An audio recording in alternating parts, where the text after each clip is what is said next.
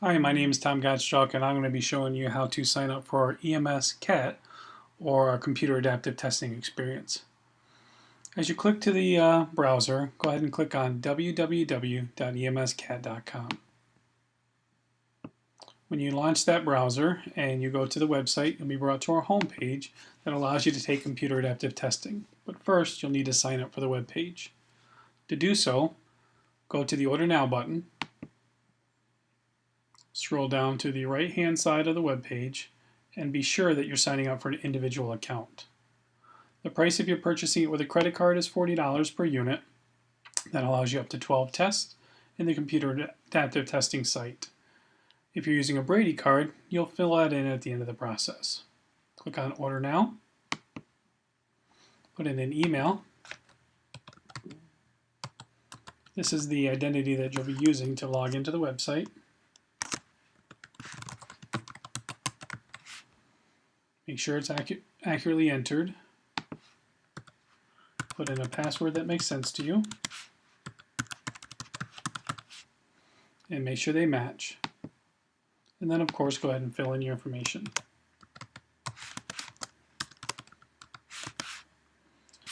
All of this information will help us verify your identity and your credit card for payment. If you're using a Brady card, please do not overlook these steps, however, because you may use it for technical support later on.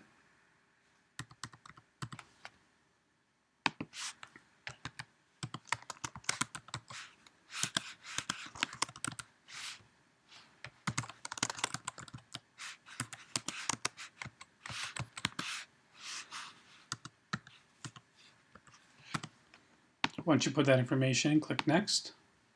Select your level of licensure very carefully. MFR, or Medical First Responder, is EMR. And then, of course, you have Paramedic, EMT Basic or Basic, Intermediate 85, Intermediate 99, and the new AEMT curriculum. I'm going to select Paramedic for this demonstration. Press Next. Check my information carefully, make sure it's accurate. Press Next. Review the terms of agreement for our website, and basically remember that you don't duplicate the content, you don't copy and paste it or share it with a third party in any form, and you keep it protected as it's copyrighted material. Press Next. And then enter your information here. For the Brady customers, please note you'll be putting in a card number here. Just type it in very carefully, make sure the numbers are accurate, make sure the card's never been used before.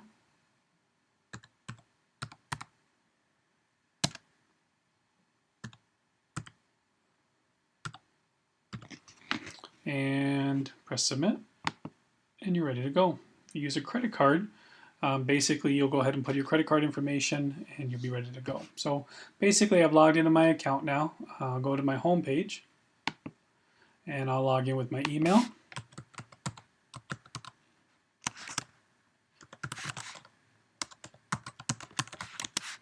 And my password,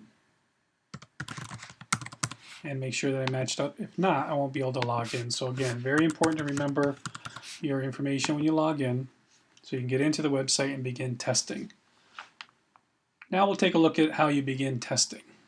From the home page, once you've logged in, you're going to go ahead and click on My Test and recognize that you're allowed to take up to 12 tests on our website.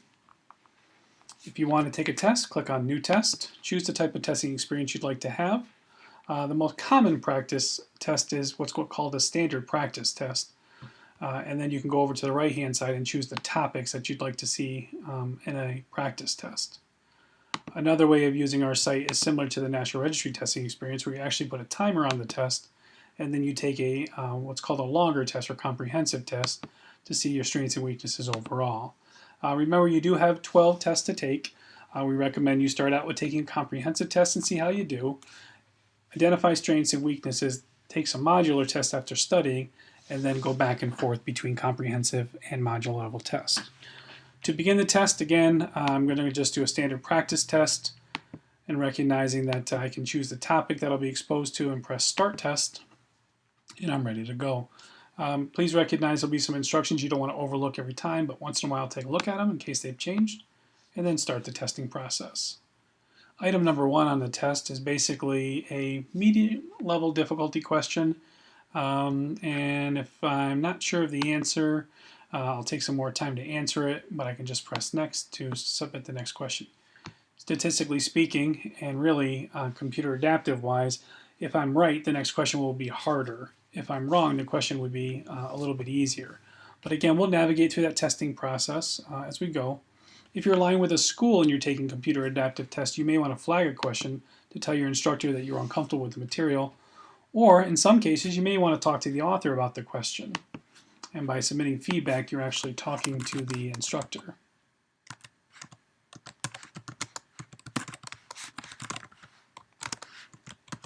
Once I press send, that feedback will be sent to the author of the question. So if there was a typographical error or there was some type of feedback you wanted to talk to someone about, you could do that there. But again, don't forget to submit your answers. Press next, and then again, just answering all the questions in a row. Then it'll come down to the point where you review your content areas of strengths and weaknesses, look at the tests, and see what you think. So that's the computer adaptive test experience in a nutshell. If you have any questions, you can always feel free to call us or email us at our website. There's a help section here to help you interpret your results. And then, of course, you can always get in touch with us at info@platinumed.com or call our office at 616-890-7103. 616-890-1096 is another number you could use. Hopefully you find that information helpful, and you take care.